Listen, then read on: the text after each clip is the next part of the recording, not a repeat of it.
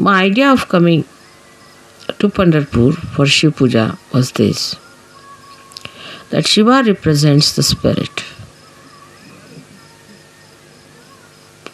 And the spirit is residing in all of you, in your hearts.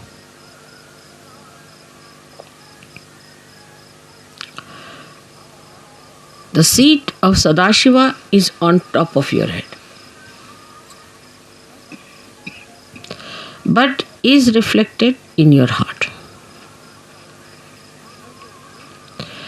Now your brain is the Vitthala. So to bring spirit to your brain means enlightenment of your brain. Enlightenment of your brain means the limited capacity of your brain has to become unlimited in its capacity to realize God. I will not use the word understand, but to realize God. How powerful He is, how miraculous He is, how great He is. The another is that the brain of man can create, of course, out of the dead. But when the spirit comes into brain, then you create living things, living work of Kundalini. Even the dead start behaving like living because you touch the spirit in the dead. Like the nucleus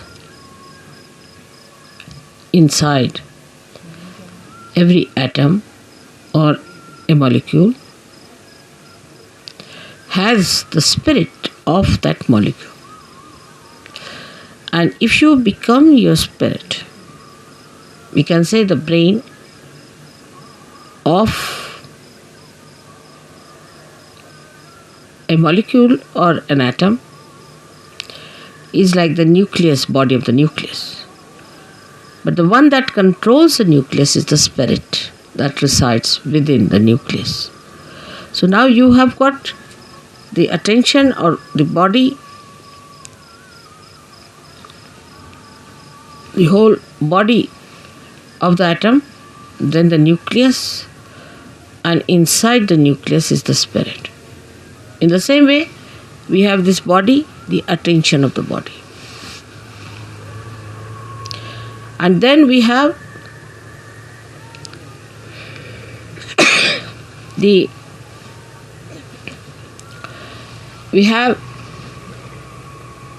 nucleus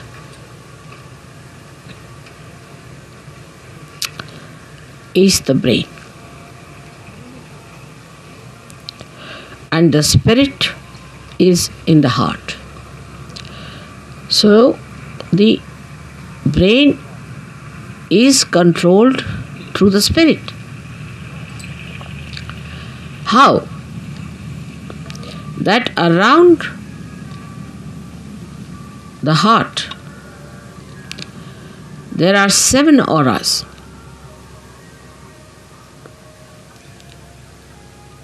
Which can be multiplied into any number. 7 raised to power 1600, which are the ones which watch the 7 chakras raised to power 1600. 16,000, sorry. Now this spirit is watching through this aura Watching, I am again saying watching. Through this aura, can you sit down?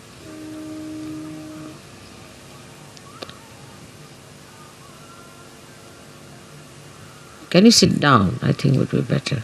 There's no need to bother once you have put it up.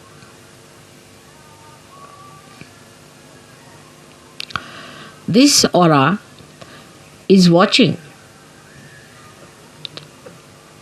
the behavior of your 7 centers in your brain. Is also watching all the nerves that are working in the brain, watching again. But when you bring the spirit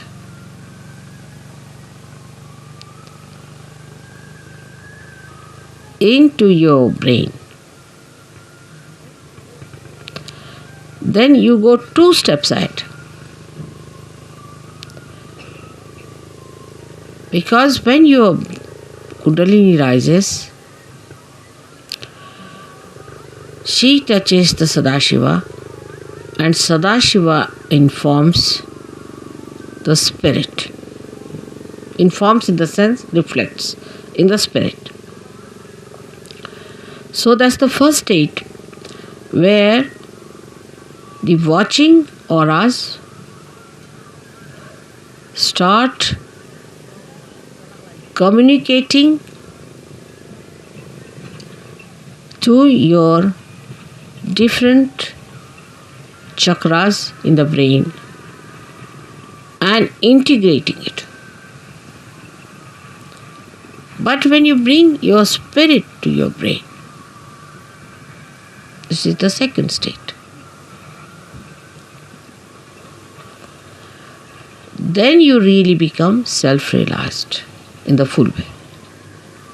In the full way. Because then yourself, that is the spirit, becomes your brain. Action is very dynamic. It opens then the 5th dimension in the human being.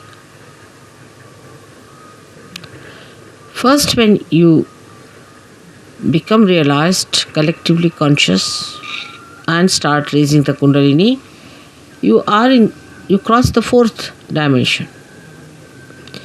But when your spirit comes into your brain, then you become the 5th dimension, means you become the doer.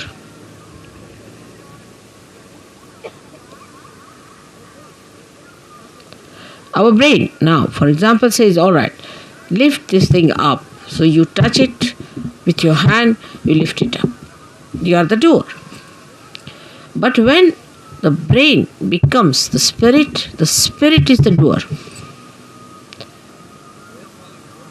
And when spirit is the doer, then you become a complete Shiva, self-realized. In that state, if you get angry, you are not attached. You are not an attached person to anything whatsoever. If you possess anything, you are not attached. You cannot attach because spirit is detachment.